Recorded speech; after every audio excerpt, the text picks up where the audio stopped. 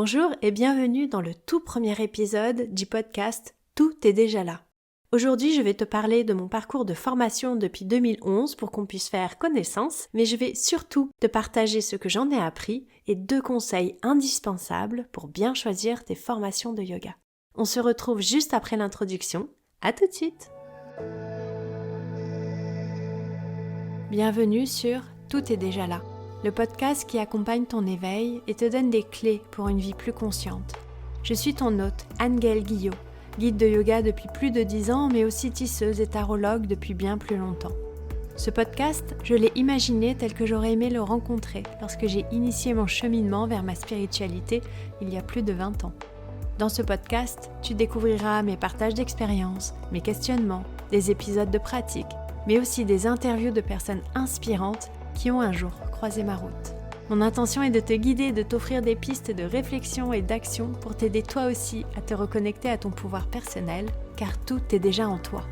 Je t'invite dès maintenant à t'abonner au podcast pour ne pas manquer les prochains épisodes, et je te retrouve tout de suite pour l'épisode du jour. Bonjour et bienvenue dans le premier épisode de mon podcast Tout est déjà là. Pour le lancement du podcast, j'ai animé en décembre dernier un sondage sur mon compte Instagram. Ce sondage a duré 1 semaine et vous avez entre autres pu voter pour le thème du premier épisode. Alors l'épisode d'aujourd'hui, j'espère avant tout qu'il va t'inspirer tout en te faisant découvrir 5 temps forts de mes 12 premières années de formation. Et pour que ce soit encore plus intéressant pour toi, pour chaque temps fort, je te dis pourquoi j'ai choisi ces formations et ce qu'elles m'ont apporté. Et en conclusion de l'épisode, je te donne 2 conseils ultimes inspirés de mes retours d'expérience pour t'aider à bien choisir une formation. Donc reste jusqu'au bout, installe-toi confortablement, prépare ta boisson préférée et c'est parti!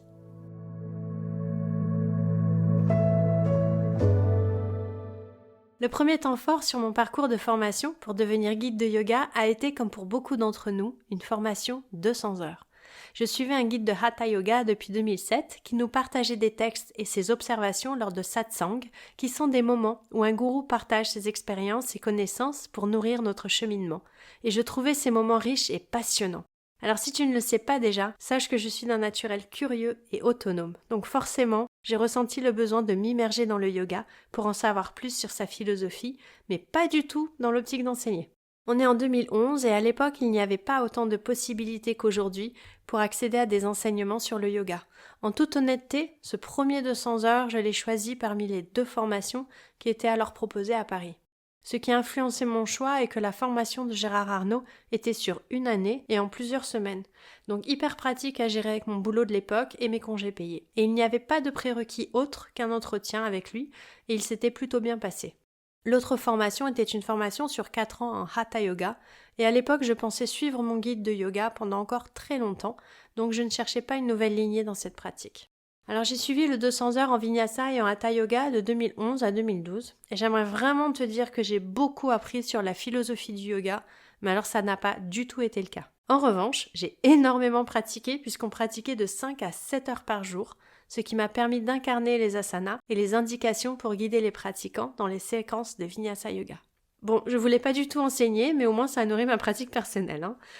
Après ces 200 heures, le directeur de la formation m'a contacté pour me proposer de guider 2 sessions par semaine dans son studio. Alors franchement, sur le coup, j'ai cru qu'il s'était trompé de personne. Coucou le saboteur intérieur. Et puis finalement, je me suis lancée. Et j'y suis restée de janvier 2013 jusqu'en 2014. Alors le fait que les sessions étaient très contrôlées dans ce studio m'a fourni un cadre dans lequel j'ai pu apprendre énormément. Et au fil des mois, des années, les pratiquants qui venaient à ces sessions sont devenus assidus. Et ça m'a permis de progresser avec eux. D'ailleurs, certains élèves me suivent encore, c'est complètement dingue. Merci.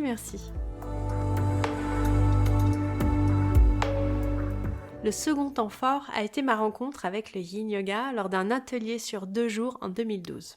Alors j'aime à raconter combien l'Anne-Gaëlle hyper yang de l'époque a détesté sa première session de Yin Yoga, notamment pour rassurer les personnes qui découvrent la pratique et qui elles aussi rencontrent cette résistance.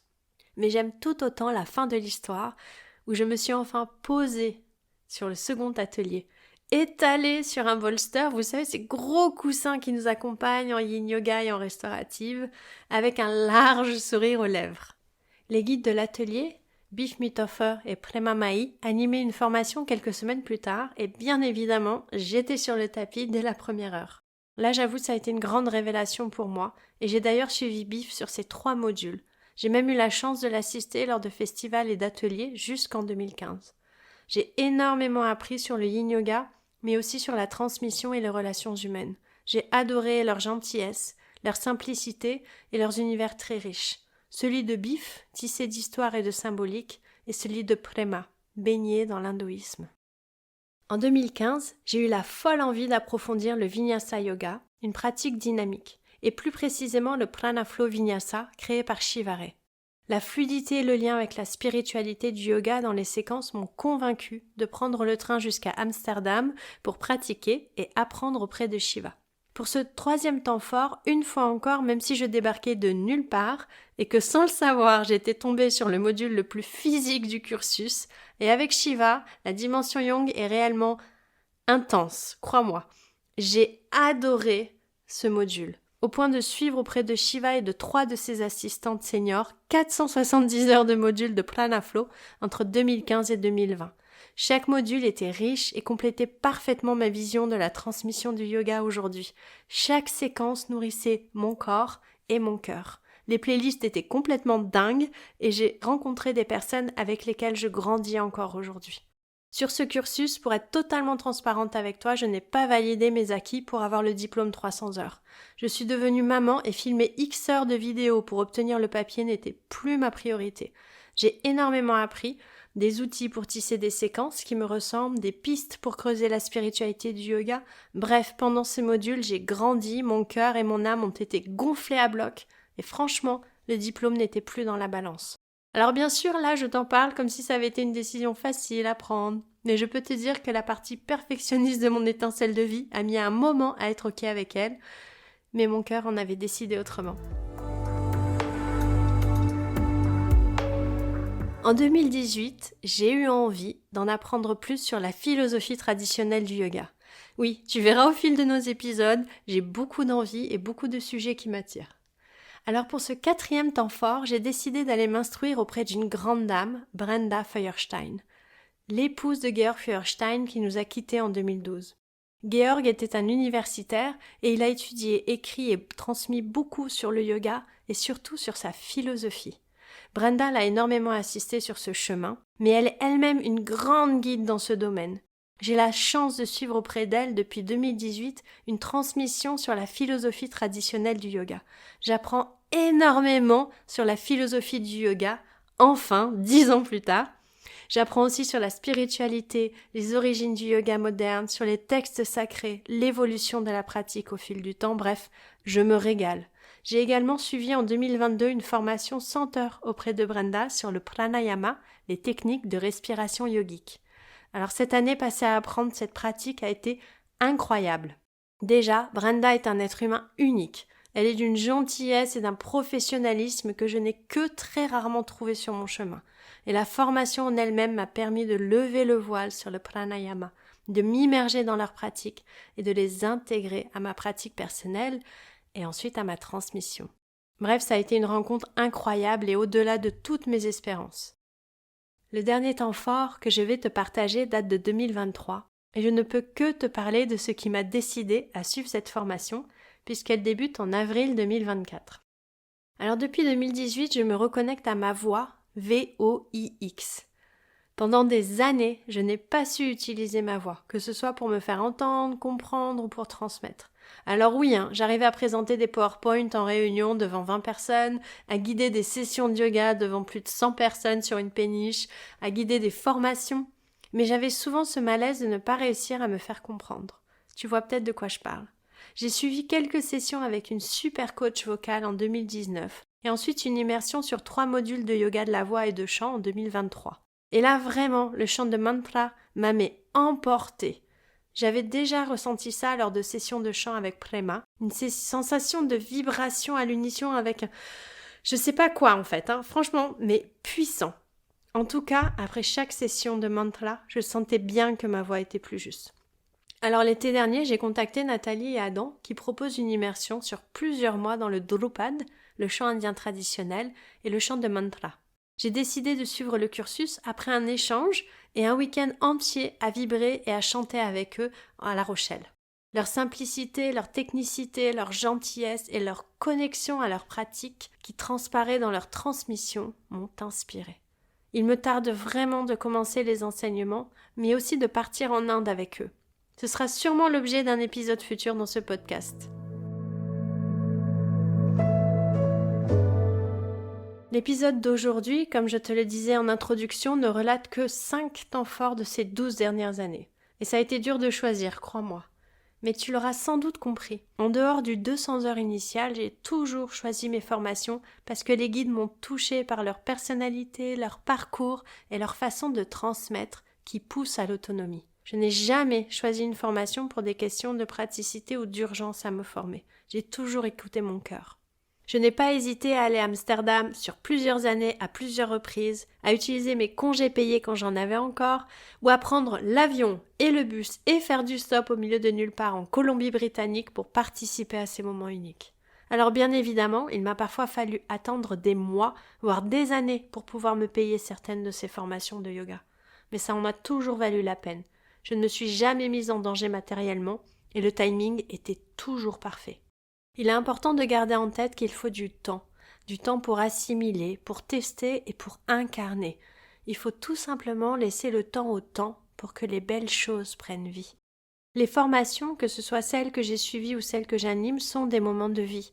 Il y a toujours beaucoup d'humains dans les échanges avant, pendant et après ces formations. Et j'ai fait énormément de belles rencontres pendant ces journées passées en immersion. Avant de conclure, je souhaite te partager 2 conseils pour choisir une formation. Ce sont 2 conseils que j'applique dans mes choix personnels et que je détaillerai très certainement dans des épisodes futurs. Ils sont essentiels à un parcours de guide, même au-delà de choix de formation. Alors le premier conseil, c'est demande-toi pourquoi tu veux suivre cette formation. Et pour t'aider, tu peux répondre à ces 2 questions. Qu'est-ce que cette formation va nourrir chez moi, personnellement ? Et si tu es guide, qu'est-ce qu'elle va enrichir dans ma transmission ? Le deuxième conseil que j'ai envie de te transmettre, c'est d'aller à la rencontre de tes guides avant les sessions. Prends au moins un atelier, quelques sessions avec cette personne. Demande autour de toi si des collègues ou des pratiquants la connaissent et leur retour d'expérience. Va sur le site internet de la personne.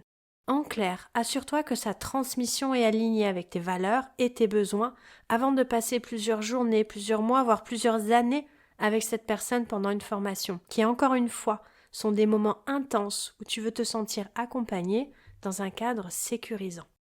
En conclusion, je dirais qu'une formation de yoga ne fera pas de toi un ou une guide de yoga. Ce sont ton intention, tes valeurs, ta pédagogie, mais surtout tes qualités humaines qui vont faire que tu vas dessiner ta voie sur ce chemin. J'ai pu pratiquer auprès de profs de plus de 2000 heures de formation avec une renommée internationale, mais qui clairement, avec mon ressenti personnel et mon expérience, ne savaient pas porter un espace de pratique sécurisé. À l'opposé, j'ai eu la chance de croiser des personnes qui n'ont pas suivi de formation comme on les tisse aujourd'hui, c'est-à-dire sur le modèle Yoga Alliance, ça aussi on en reparlera plus tard, mais qui sont totalement immergées dans leur pratique auprès de grands maîtres et qui sont de grandes et de grands guides de yoga. Je pose ça là parce qu'aujourd'hui, beaucoup d'entre nous pensent qu'il suffit ou même qu'il faut suivre une ou plein de formations pour être prof de yoga, qu'il faut proposer plein de pratiques différentes tout le temps. Ce qui fait de toi un ou une guide de yoga, ce n'est pas la somme des connaissances que tu as acquises ou des diplômes que tu as obtenus. C'est surtout qui tu es.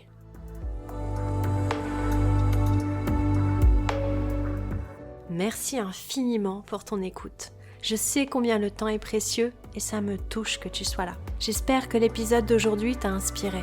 Tu trouveras toutes les ressources mentionnées dans les notes de l'épisode. S'il ne fallait retenir qu'une chose, ce serait que tout est déjà là. Écoute ton intuition et suis-la, que ce soit pour suivre des formations ou pour aller à la rencontre de guides qui t'inspirent. Et toi, tu en retiens quoi de cet épisode ? Dis-moi tout en commentaire ou en message direct. Si tu as aimé cet épisode, je t'invite à me laisser 5 étoiles ou un mot doux avec ton nom, ton identifiant Instagram sur ta plateforme d'écoute préférée. Pour savoir comment faire, je t'ai préparé un tuto que tu peux retrouver dans les notes de l'épisode. Je te retrouve dans 2 semaines pour un épisode intitulé « Pratique des Yin Yoga, une histoire et au lit ». À bientôt.